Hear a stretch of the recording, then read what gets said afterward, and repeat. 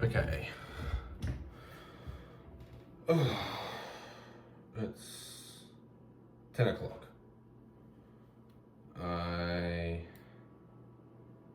am not doing a whole lot of anything, so I figured I'd record. And I think I'm going to start recording or uploading every day, which means I've got to double my rate in which I record videos. So what I might start doing is recording just 2 a day and then scheduling and editing and uploading two at a time, so that I can still have my kind of 1 day on, 1 day off thing that's been working, but I'll just do double. Anyways, you're not here for any of that. You're here for the title. Why you're in the title. A minute already. Fuck. The simplest way to cure most people's anxiety. Now, we'll take a few steps back because I want to speak very briefly about why a lot of people, what I've seen a lot of people is a root of their anxiety. And now, I'm not claiming to be qualified in saying anything, so this is just my opinion, and I'm not qualified to speak on it. So again, don't sue me. But stupid phone. A lot of people's anxiety comes from overthinking and things like fear of the future and the unknown future and that kind of thing. And a lot of it is out of your control in the sense that while you can control your future, it's going to play out how it's going to play out. Like, if your house burns down in a random fire, that's kind of out of your control. You know what I mean? Now, it's an extreme example, but it's because it's out of your power. Let me retract that, because there's some things that don't apply. And when I mean overthinking and stressing about things out of your control, it's out of your control, and you've got to understand that there's nothing within your power that you can do, and so it's not worth taking up brain power and mental space if there's nothing that you can do to affect the outcome. Now, I'm talking things like, let me think of an example.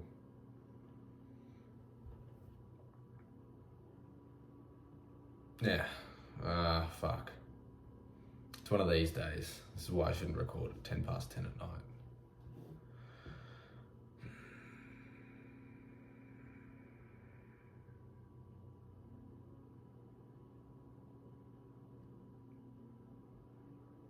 Think things like world events and wars and that, for an example. It's not a great example, but a lot of people do, and like national security and that kind of thing. Like, while it's really out of your power, and so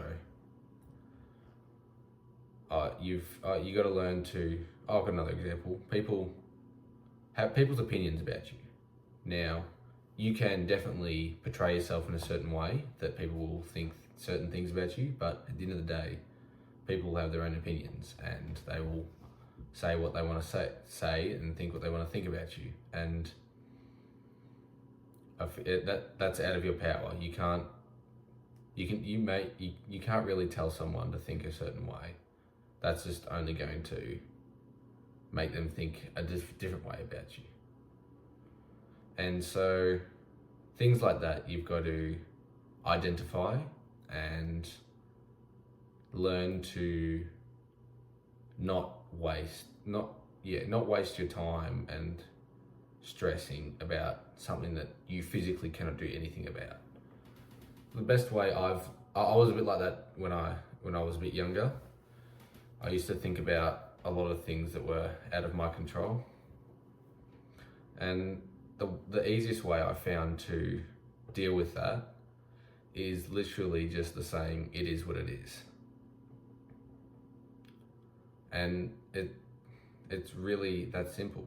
Now, there are obviously instances where you can control the outcome, and in those instances, it's not applicable because you can control it and there is something you can do to change the outcome. And so and stress may be,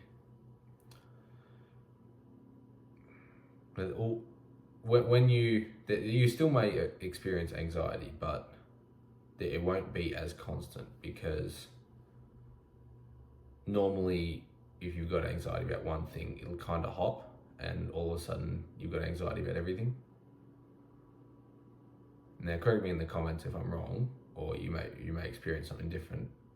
This is just what I've observed from a lot of people that I know and have seen with anxiety or stress or that kind of thing.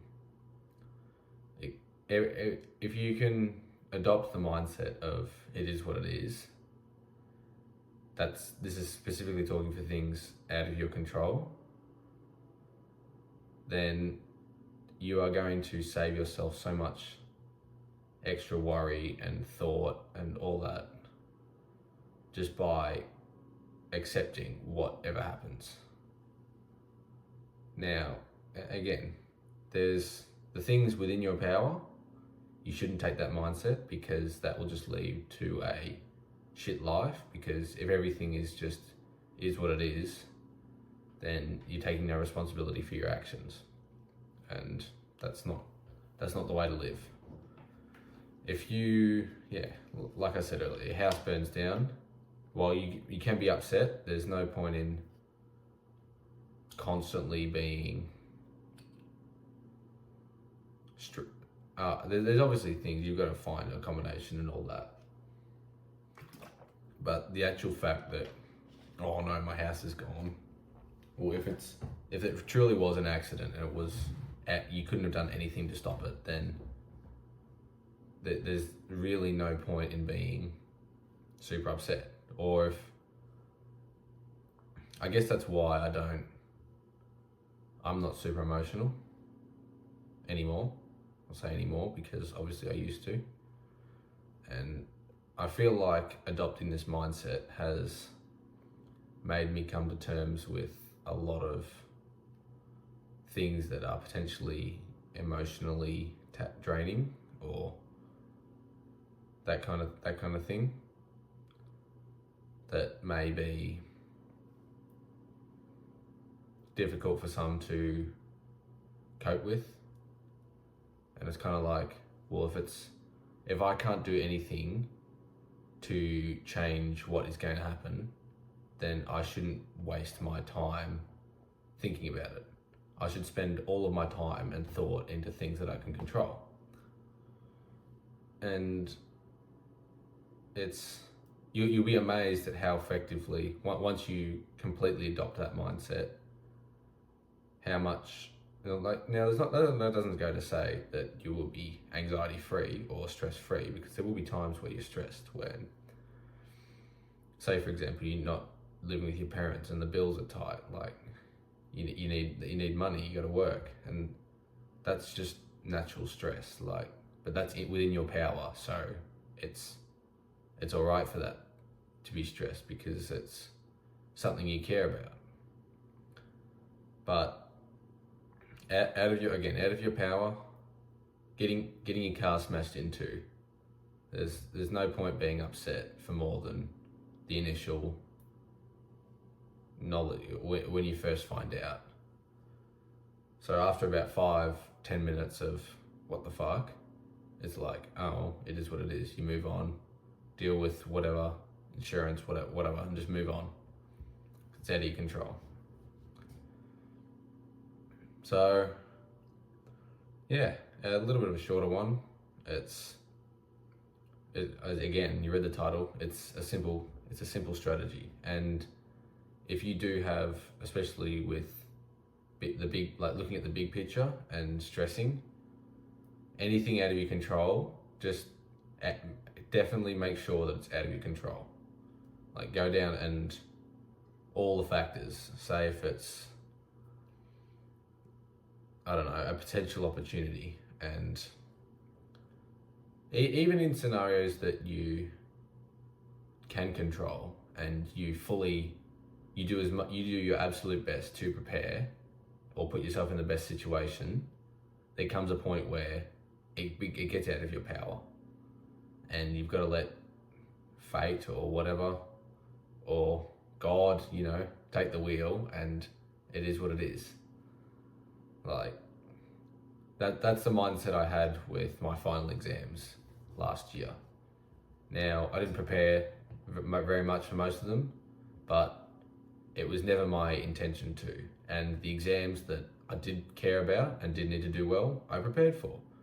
And all these people standing around, like waiting for the exam, them to open the doors so you can go in, and people standing around, oh, I'm so nervous, oh, I'm going to fail.